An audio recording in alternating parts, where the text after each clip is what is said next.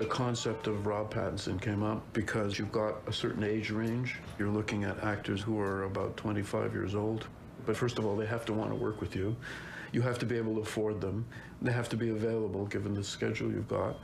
And finally, they have to be able to support the budget that you have. You can't make a movie that costs $20 million, as Cosmopolis did, with unknowns. You simply cannot raise the money as an independent producer. So all of these things finally, to me, narrowed down to only a few actors, and for me, Rob Pattinson was the most interesting one of them all.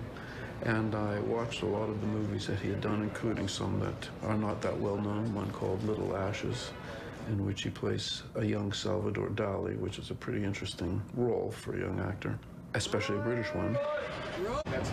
I thought he would bring something wonderful to the screen, something that maybe he didn't even know he had, although I have to say, I think if you watch his movies, he's awfully good. I mean, I think the problem is that his fame rests on the Twilight series, which is, I must say, perhaps not the most demanding kind of movie for an actor, just because there's so much in the way of special effects and all of that that the audience loves.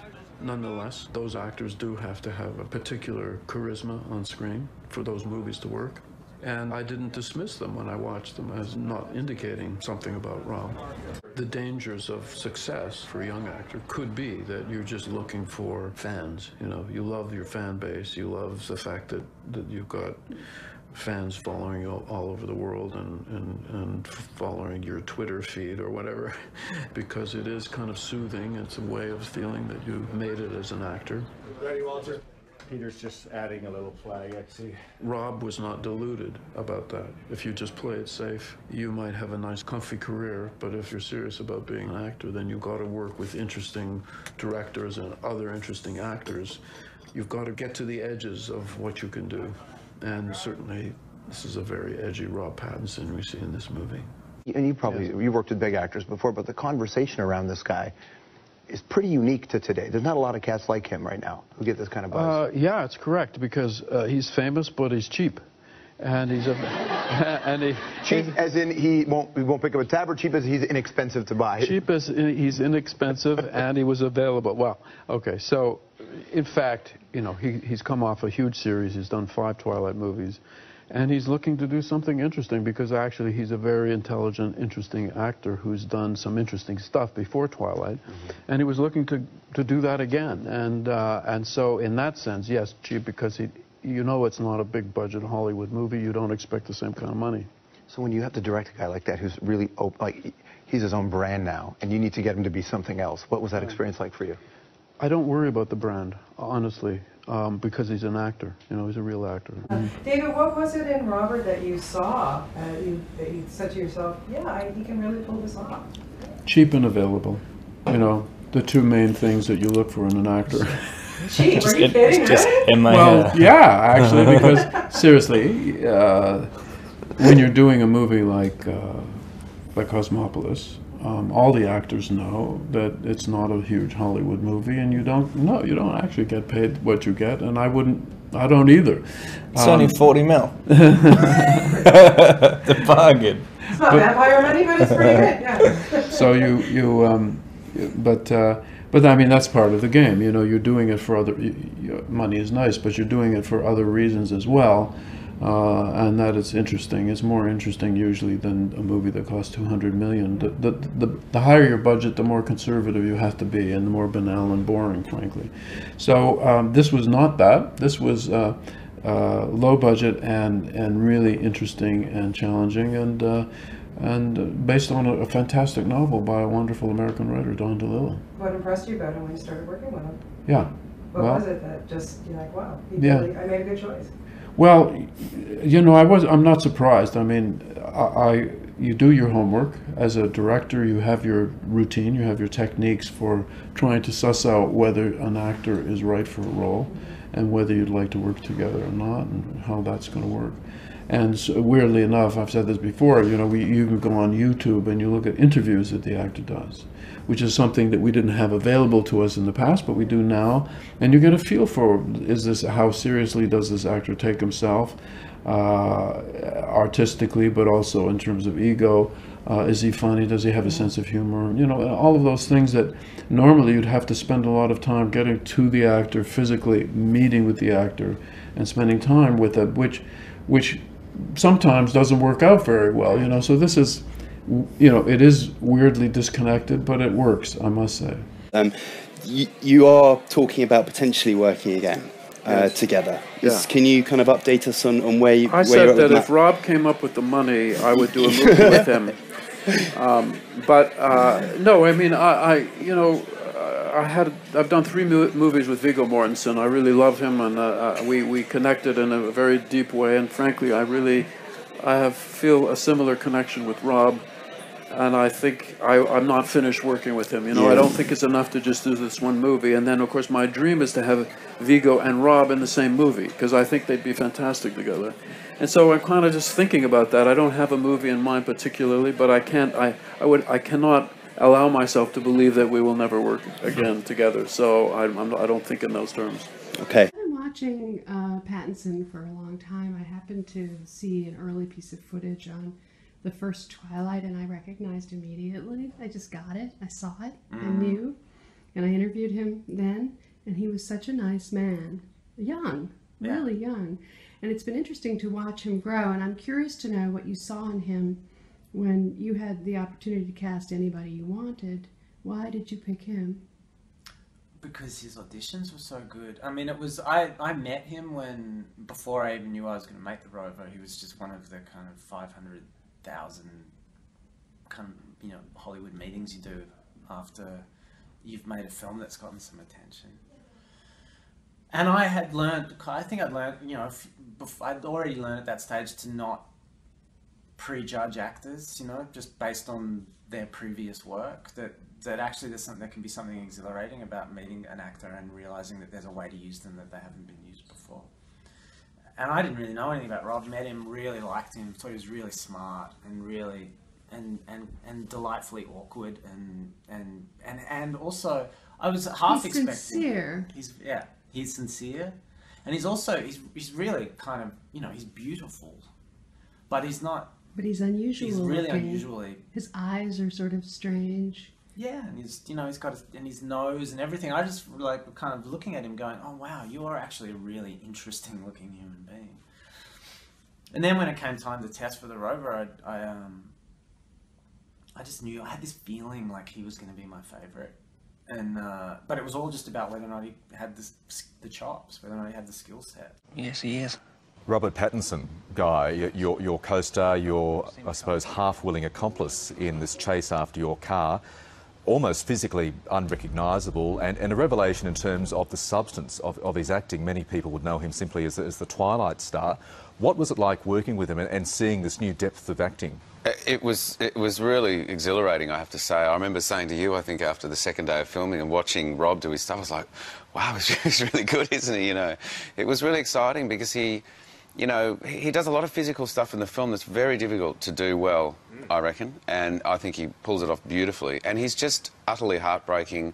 You know, you have such sympathy for him as a character, I think, you know, because he's so vulnerable and so sort of naive. So he just does that stuff beautifully. I mean, what's interesting about Rob is he kind of acts like he doesn't care, you know. He really acts like, oh, yeah, whatever, I'm just, you know, just doing the thing. And he acts like he doesn't know what he's doing as well. Yeah, he knows what he's doing. He wanted to do this movie and he was willing to work for it, and so he came in and did a couple of long auditions for me, and that was all I needed to see. Within 5 minutes I knew that that stuff that Guy was seeing on day 2 of the shoot, I was seeing in my living room, and it was like, oh, the movie was coming alive. How do you feel walking the red carpet with him? Pretty insignificant. Yeah. How do you think I feel? It's me standing next to these two guys as well. It's like I'm a foot shorter than them. I didn't really have anyone in my head when I was writing Rob's character. Yeah. I just, no one came in. When I had already met Rob, I just randomly in a sort of, you know, Hollywood meeting, and I didn't really know anything about him, but I just like meeting actors, and I immediately liked him. I just found his you know, his just qualities beguiling, and he was you know, anyway, I just liked him. He was smart and funny and fun. It's not true at all. It's so not funny. But even then, I didn't actually know that I was going to. I didn't know that I was going to make the Rover when we had that first meeting. Okay. You know, actually, I've never said this before because when I think about it, it may even meeting Rob may have been one of the things that made me go, I think the Rover should be the next thing because I've got a feeling about him. Yeah, right. No, I was meeting something totally different. What was that? I was meeting something totally different. Okay, I'm not gonna. I'll take it. Yeah, take that one. I didn't know. For all I knew, you could have turned up and auditioned and just been shit. And I'm like, okay, who else is out there? But I just had a feeling. I weirdly think that may have been sort of true. I just remember walking away from that meeting going, wow, if I made the Rover, I would love to see what that guy can do. And then I started testing for it, and Rob came in and auditioned, and sure enough, my incredible instincts were spot on. And I just knew straight away. I felt like it was. I remember Rob left, and I remember the casting director who was there with me turning to each other and going, "There he is." Boy, and it was immediately clear because he also has intelligence, a credible intelligence. Robert Pattinson writes very well. He's a very, very educated, well-read young man, and that was exactly the right one. It's like I said, first of all, speaking for myself, Rob did great, by the way. Yeah. But I'm, as I said, genetically engineered to be in the, an accountant in the shtetl. So when you put me at 100 degrees and 100% humidity and bugs and the whole thing and snakes and crocodiles and the whole thing. But it was a ridiculous. I never told Rob this, and thank God we're months now past. But there's this scene in the movie where they're pushing the rafts, very shallow water, in the Don Diego River is where we were shooting. And at one point, close your ears, Rob. I see this thing run up the side, and it can't be a crocodile. So I called over one of the guides that we had, the Colombian guides, who were, by the way, terrific. And I said, there aren't crocodiles in this water. He says, no, there is nothing like that, nothing. I mean, you know where this is going. So we do another take, and I see the goddamn thing. I mean, I'm like, that's a crocodile. So I called the guy, it was a crocodile. No, it's not a crocodile. It's a black caiman. So, of course, I get out the sat phone or whatever. I look up black caiman, and it's like a variety of crocodile considerably more fearsome and dangerous than the standard Florida crocodile. I'm like, that's the worst news I ever heard. So it was bad. I mean, I couldn't really have had more of an immersive experience. I mean, I was just in the story. I mean, didn't really have to do too much work. I was just in a crocodile-infested river the entire time. As you know now. Yeah. I know. I found that out on the last day when there was a flash flood. I mean, about 30 all came like on that last day. Yeah, and we were stuck on a sandbank, surrounded by vicious caiman and arbor vipers in the trees. I didn't know that. During the flood, that last night? Yeah, they were coming. You could see them floating past. Totally oblivious. The scene that Rob, by the way, Rob, I have to say, I haven't seen you in forever. I love what you did for the film, and it's totally, it's like an erasure of yourself in a great way. It's log rolling today, by the way. We're just going to keep complimenting each other on the stage, and you can watch. And so much you see, he really is brilliant in the film and totally disappears into character in a way that it's really quite remarkable. Mr. Robert Pattinson. I think what he does, I'm biased because I love him, but I think what he does is amazing because I know people who know his work and don't recognize him for half the movie with this beard and everything. He really disappears in a great way in the movie into that character. That's me. That's my opinion. So this is your first movie star that you have teamed up with. What made you first think of Mr. Pattinson? And then I'm going to ask him what drew him to. No one ever thinks of me. Yes. Well, no, he actually, and to that point, to that point exactly, he made us think about it. Okay. He reached out to us. Take it away, please. Tell us how did this begin? What was the beginning of the relationship, Rob? Me. Yeah, I mean, it's like I've told the story too many times. I'm like, oh, whatever. It's like, I mean, I did this. I saw the still from the previous movie on the banner of a website, and then kind of sent this sort of crazy, obsessive email saying, I know, but this is supposed to happen. It's meant to be, and very much like the character in the movie. Yeah. And then when we met, I mean, I hadn't seen anything. I hadn't seen the trailer or anything, and we sort of agreed to do a movie which didn't exist, based on nothing. Well, so based on my obsessions. Yeah. Yeah, no, I just really love this photo. I mean, I had an intuitive feeling about it, and then saw the trailer for their last movie, and I just wanted to do something which had very, very, very high energy and high intensity. So you guys, when you got this call from Rob to be in a movie, what did you think? Nah, this is a prank call. What did you think? Not so different, not so far from that. I got an email out of the blue from him, basically saying it was very much in. When you see the movie, there's a speech that Connie gives this actress, this younger character, Crystal, and he says very similarly what he said to us in our email, like, hey, I saw this still of your movie, and I don't quite know why, but I feel this innate connection to it, and it feels like it's tied to my purpose, and I feel like you're now tied to my purpose, and it was very, there's a lot of mysticism in it, and it didn't feel like an act, but my initial reaction was, Pattinson's not right for anything in this other movie we were trying to make.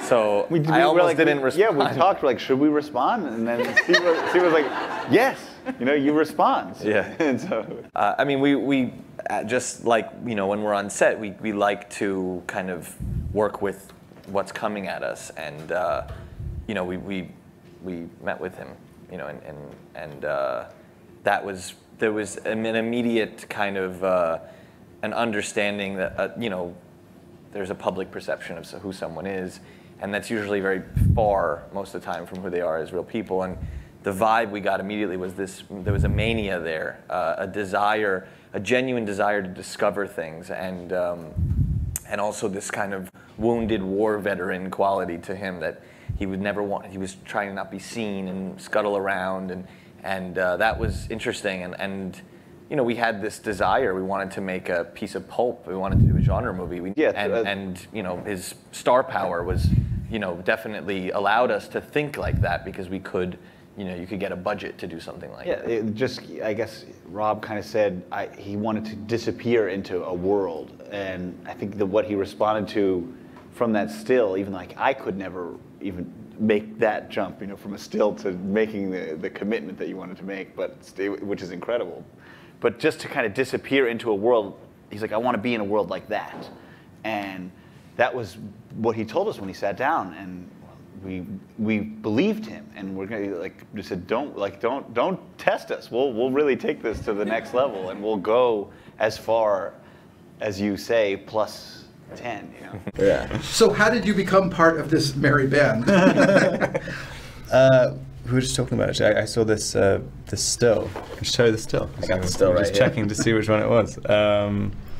It kind of looks different in that picture there.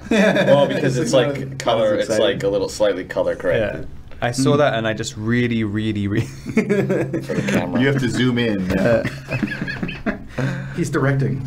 There was just something about it, just the mood I was in at the time, and just something. It just really hit me in a really strange way, and I asked this guy I know, who I assumed would know them because he lives in New York, and sent them an email saying, I think I saw this thing and I think we should do something together. Now, I've never seen any of their work or anything.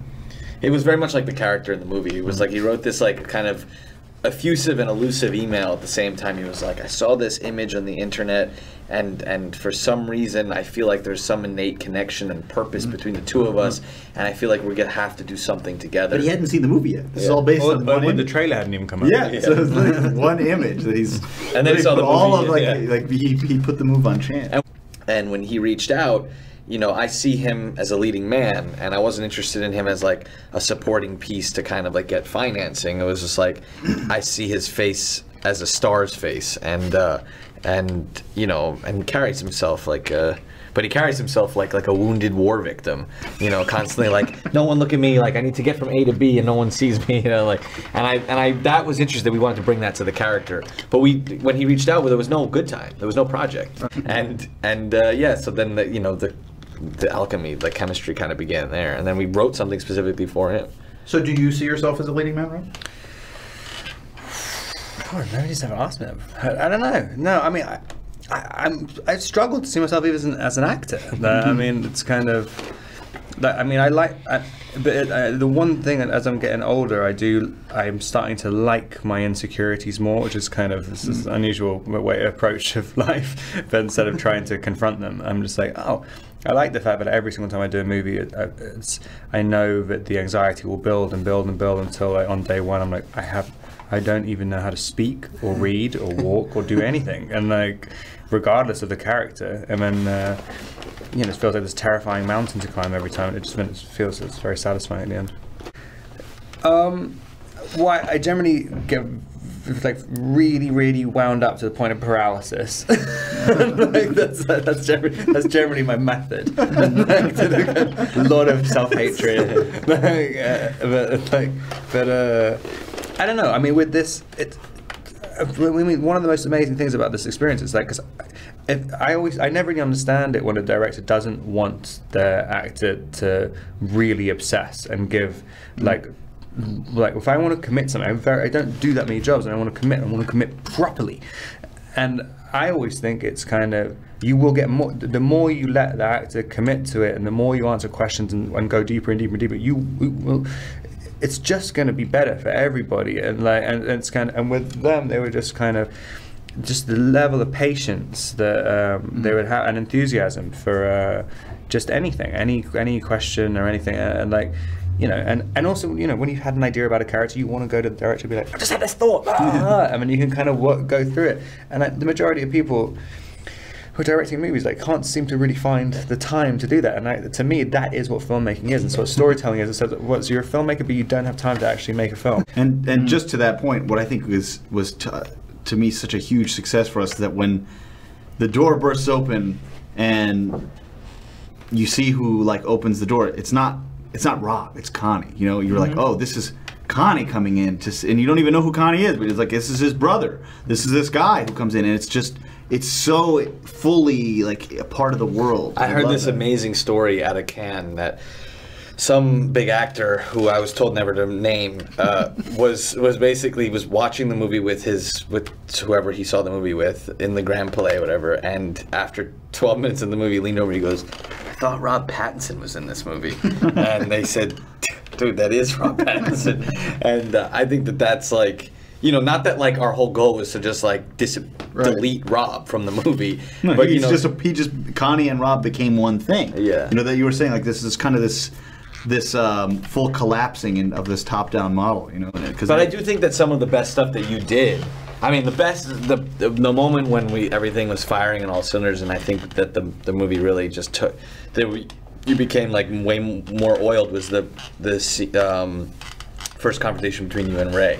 You and Buddy were just like, this machine was so oiled at this point that we did so many takes. We got it on like the fourth take. We kept getting closer and closer. We kept doing it over and over again. Our AD's like, yo, you got it. And I was like, I know, I just want to keep shooting it. I just didn't want to stop shooting it for some reason, because it was just like this. It's like a basketball player. Like, they get into a groove, and they're gonna, you know, they're all of a sudden you're not gonna stop shooting. You're gonna see how many you can get in a row, and like. Well, you know, it's like you get that fear that if we get to halftime, you want to stay kind of stay in that zone. But once. That's actually what happened was we actually never took halftime. I think is the key is we just. It's amazing because he gets stuck. Rob sometimes can get stuck in these like, I call them like the only thing I can attribute to him is like a K-hole, and like he like all of a sudden is like it's like one line and he's actually nailing it every time, but he's like no, and he's like freaking out, and then he's like someone said we're Grace, we're gonna you basically finish the shot, and then you go, he's like no, let's just break for lunch. I said no, we're not breaking for lunch, we're doing it. It's like fuck, okay, fine, and then we'll just like do it. you know, that would, like, certain times we'd fall into that, but, you know, in the end, it's incredible. It's so upsetting as well at the time. But then afterwards, you're like, oh, I kind of like that feeling. It's like, So are you happier when it's over, or do you like that feeling? Is that what you? Is that? No, I like it. edge? I like making it mean something to me. And if you leave the scene, and even if you messed, it's kind of like if you messed it up, and you're just like, this is like bad. I've done something bad, and I need to be punished for it. It's like, and I will punish myself. No, you actually asked me to punish you once. You had that weird tea kettle thing that you kept boiling in your apartment. Pour it down my pants. No. Remember, you were like, you said, "Don't tell me when you're going to do it." You laid on your back, and you said, "Don't tell me when you do it. Just do it when you want to." And I would leave you there for like 10 minutes, laying on your back, and then I would just come in and throw it on your back. But you had the T-shirt on, so it didn't really burn you that bad. Yeah. And then you give you the Safdie brand. Then I came out of the closet. I was like, with the camera and everything. So this film that we made prior to this was just kind of coming out, and Rob reached out to us, and he had just seen a still from it, and said, "I want to work with you. I don't care what it is." He hadn't seen the movie yet. Anyway, so I approached Rob and I said, "Hey, I have this idea for a movie." All I had was, it's called Good Time, and it's about a guy who's just released from prison who thinks that his vessel to freedom is owning a piece of land, and no matter how shitty that land could be. And that was it. And then we met him, and when we met him, we kind of saw someone who was on the run in a weird way, someone who was always looking over his shoulder, worrying, and manic as well, a manic energy, and we kind of started building the character from there. And you know, he really wanted to be someone who was street cast. He wanted to be opposite Buddy Duress and really fit with him.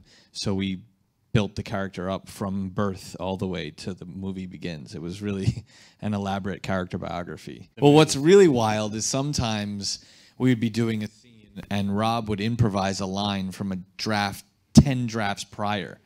And I would hear it and I would turn to Benny and I would say, that's so insane that he brought back like a 3-line piece of dialogue from a script 4 or 5 months prior, that it was just stuck in his head somehow. The one bit I remember, a very significant moment of improvisation, which I didn't think anyone would catch, but when me and Buddy are fighting in the bed, and he said these 3 lines, and Josh is one of the only people in the world who would know that the lines I was saying were from an interlude on an Old Dirty Bastard album. And the second he said it, I said, Rob, you can't say it. It's like, you don't try and make out, but you're just making that up. Like, you're literally like, it's not in the movie, but it was. Yeah, he says, you shut the fuck up. You shut the fuck up. That's what you do. And I said, I looked at Benny. I was like, that's Old Dirty Bastard. What is he? I mean, this is a film which is on a financial scale which is considerably greater, I think, than for other films. Obviously with rather expensive actors, shall we say, or possibly more expensive actors. I mean, Or very generous. Or very generous. I have to. Yes, I know about that too. That's the way. Since we have Robert here, I was wondering if you could talk a little bit about... He's almost not here. I think he's here. About this process of casting him. I remember you telling me that the delay actually helped convince you that he was right for this part, because you had envisioned an older character. Yeah, I mean, it's horrible to say the delay helped me to think he was right. No, he was right probably since the very minute I met him, but the delay helped me to realize he was even better, that this dream about having this older man, tired with life, at the end wishing nothing but die, was sordid, you know. And Robert was bringing something I had not expected. But I was a little bit afraid, to be honest, because I think I was afraid, not of his youth, I was afraid maybe maybe he was too good looking, or maybe too precious to me in a way, you know. I thought, oh my God, I have to be aware of that, you know, and not to be afraid by his charisma. Robert. You don't have to be afraid. No, it's true. In a way, you're very honest, but you don't realize, for me, you represent a charismatic person. My agent and the casting director told me, Claire, I really want you to be good with a young actor who wants to meet you. I know he's not the right for you, but you have to meet him. It's Robert Pattinson. And I said, but he's much too young. It's much too iconic, you know. It's not possible. And then, as we were waiting and waiting for the money to be raised, Robert kept coming visit me in Paris and says, I'm getting older every month, so in the end you will accept me, you know. And when we get the money, I said, Robert, maybe you're still too young, maybe you're still too iconic, but without you, I can't make the film without you, for sure, yeah. The thing is to meet someone like Robert, who, in a way, I thought maybe I knew him because I've seen him in, let's say, many films. It was a little bit frightening for me because I thought, do I meet this actor I've seen? And immediately when we met, I met someone, a person, you know, and it makes the big difference, of course. Desperate, groveling. No, you were not. You were. No, I was desperate. It doesn't matter what you say to a casting director. Is there were some people I really were afraid of, but for other people, you always have to good reason. Yes, I want someone like this and like that because it's important for the film that the person is hopeless or whatever. And with Robert, I met someone exactly the opposite, younger and not hopeless, but who had no life almost. That's no. I like that. You're right. It's correct. No life. You. Yeah. For Monte. Yeah. No life. You had. No. It's what I feel when I look in the mirror. No, you had a big life. No. I mean, who had no life in the Monte's character in the vessel, not Robert. No. As opposed to him, I had no life. Yeah. No. By watching those images, I realized how lucky we were to have this little girl so great, and Robert Pattinson was so inside the project, so trustful, you know. It's touching. But I mean, for me, if I try to remember when we start shooting High Life, Robert came, we were in Köln, and Robert is so cool and gentle, but little by little, by the time we get to the first day of shooting, you transform yourself so much. You became not only because you shave your head, but no, I mean, something was like, you were getting older, and tough, not the same person at all. No, you became Monte in those 2 weeks before shooting. I remember, and I was impressed by that. Yeah. It's not a psychological thing. I never explained to him, you know, what is your character about, blah, blah, blah. But something was changing in him, so he did all the work, actually. Yeah. No, I mean, it's true. And I think you immediately understand. It was great not to have to tell you. We hardly spoke, you know. You knew everything, I guess. Yeah. Yeah. But I'm curious about how somebody like that who's used to working in, shall we say, in the Hollywood context, in films that are full of dialogue and whatever, and how did he respond to your particular way of dealing? Because it's not a dialogue-heavy film at all. I was completely surprised. I thought, the first day of shooting, I thought he was going to be so... I'm not an improvising director. I like when it's settled. But I am very tactile. I do things myself, you know. I need to be part of everything, you know. And I realize his interest in filmmaking is so great, so real, that he was ready for everything I proposed, you know.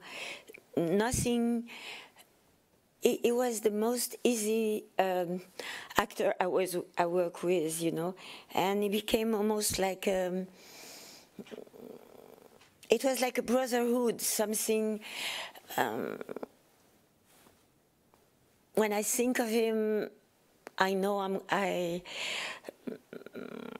how much I want to work with him once more. You know, it's a meeting very important. Same like Juliette Binoche. You know, people who get so involved, they are not afraid. They are not afraid to be maybe in a project, a weird project maybe. They have no fear. The fact that you've worked with so many of the same actors again and again, it's sometimes you find an actor that you love, and is it just they're the one, and you want to keep working with them? Yeah. Yeah. I'm going to keep Robert for 20 years. 20 years. No, don't be afraid. No, the thing is with the actor in France I work with, is because I am, maybe I'm lazy, but once you like someone, why try to like some other person, you know? But just as a kind of a closing question, what are you going to be doing next? Are you going to take a break? Are you working on a new script, or for each of you? I am trying to finish a script, and I will do location scouting for a film that is, if it's always something I wanted to do for a long time, adapt a book written by Denis Johnson. And it happened that Denis Johnson died while we were shooting in Köln.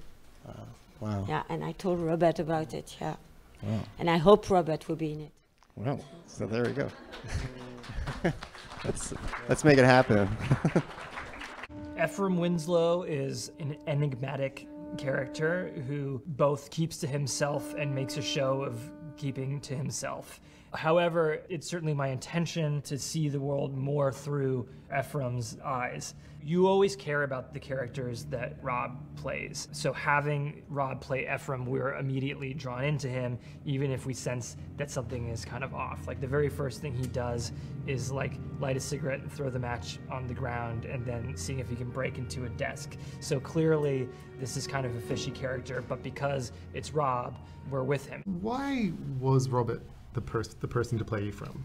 Who else could possibly do it? I mean, I think Rob carries a lot of mystery with him. I don't know if it's, you know, the way your eyes are set. but no, he like, you know, when Rob was saying that he turned down a role that I offered him, that he's so smart about the roles that he chooses, and he's looking to work with auteurs and wannabe auteurs like myself and take on challenging work. I mean, you know, I think you did use the word weird, but I think, but you also said that it wasn't challenging, and that is what makes Rob such a great, brave actor, is that he's looking for challenges all the time. So, you know, whenever you see a film that he's in, it's quite staggering because it's always different from the last one, and he is taking these big risks. I just mentioned to him again that I rewatched Lost City of Z, and there's a moment when he just sees a dead fish and says "extraordinary" 4 times, and I thought, fuck, that performance is extraordinary, you know? And I mean, it's an incredible performance in this film. Watched it yesterday. The buzz coming out of the theater second time was, Rob, you just knocked out of the park. And so of all the things on my slate, this was the thing that seemed like he was going to get greenlit. And so obviously, who else is going to do this but Willem Dafoe and Robert Pattinson? Rob and I had also discussed trying to get together. I mean, both of these actors are obviously like looking to work with auteurs or even wannabe auteurs like myself, so that they can take some big risks. And I offered Rob a role in one of those movies that didn't get made. He was sort of a cigar-smoking, sherry-drinking Victorian gentleman, and he said, "No, thank you. There's no challenge in that. I'm only interested in weird challenges." And so when I sent him this script, I said, "Is this weird and challenging enough for you?" And he was excited by it, you know? Yeah. Yeah, I mean, it's incredibly fun to work with these two actors who are up for anything, game for anything. Like, you know, they signed up to this knowing that they were going to be like punished.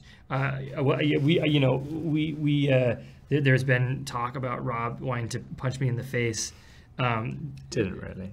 What's that? Didn't really. It's okay if you did. But I didn't. But you know, we were shooting a scene. It's raining. Yeah. The rain's not reading in his close-up, so we have to get the fire hose so that we can see the rain in the close-up.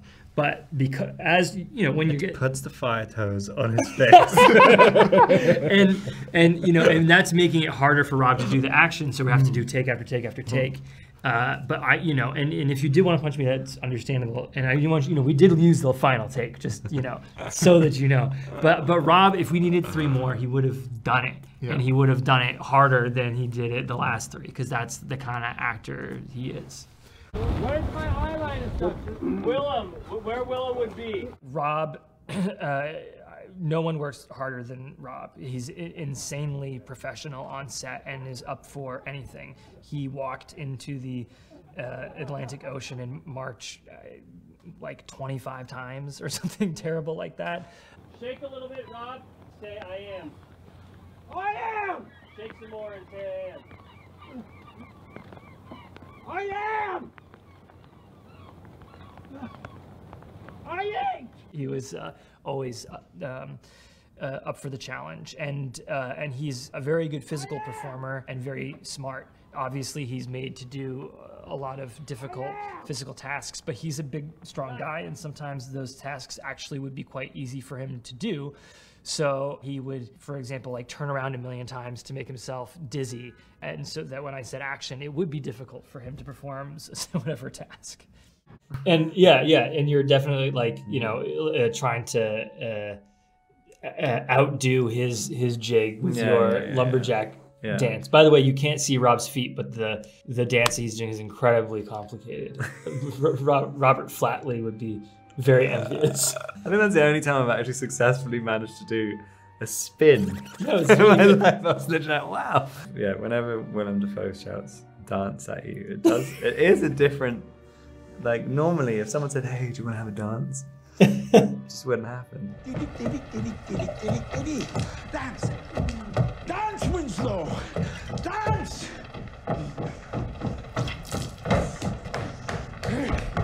Come on, you like the whip through here? How we got to the whip last year? Yeah, this is one of my favorite performances of yours. I think Rob often surprised me. This is one of these moments where he went further than I expected, but also slightly different than how my preconceived notions about the character. In the end of this clip, when you seem like you're speaking in tongues, like everyone in the entire crew is like shocked, and it's one of the most memorable moments in the film for me. Rob is singing. I mean, he is singing lyrics here. Like if you watch this with subtitles, like this is a lumberjack song.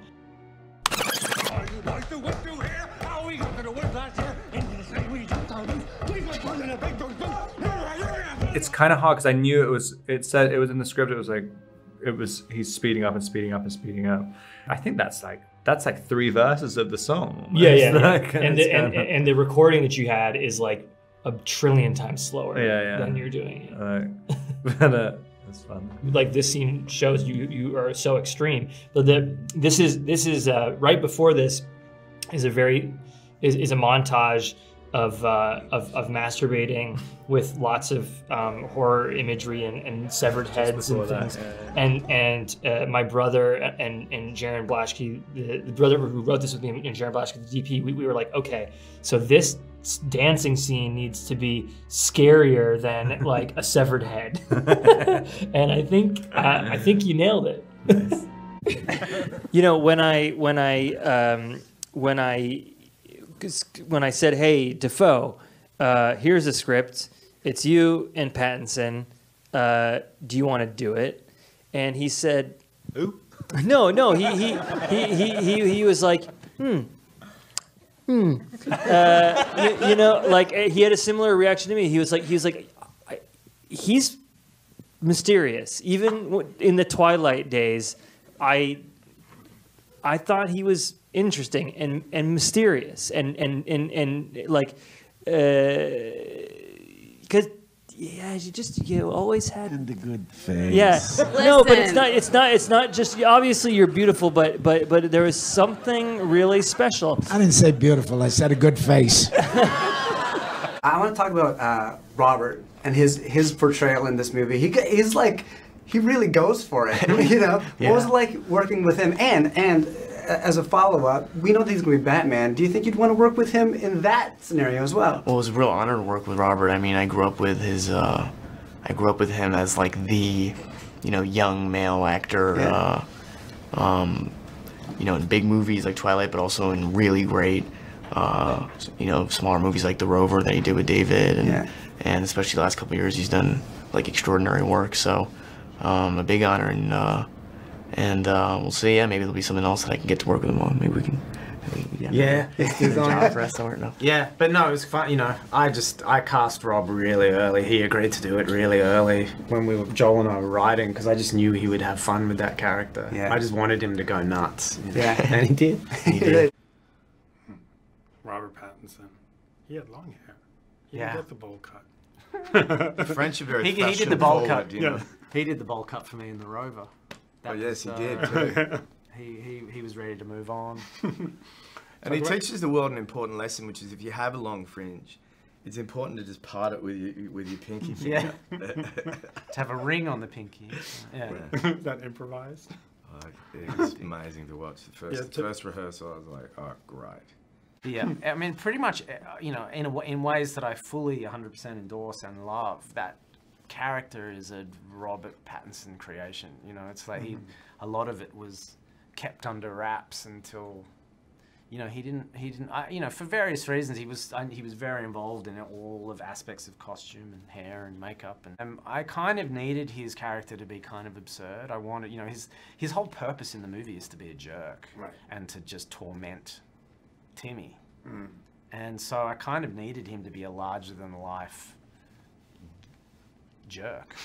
He needed to be ridiculous, and he needed to have not a whole lot of substance underneath him. He's just there to annoy. And the thing I couldn't help think about when he goes to fight Hal, and he's in the black, and I'm like, is that like a precursser to Batman? That was like his little Batman suit going on. Which you probably helped him get the job. Right. you helped him get the job. Where's my cut? Yeah. 0.001% would be enough. 0.001%.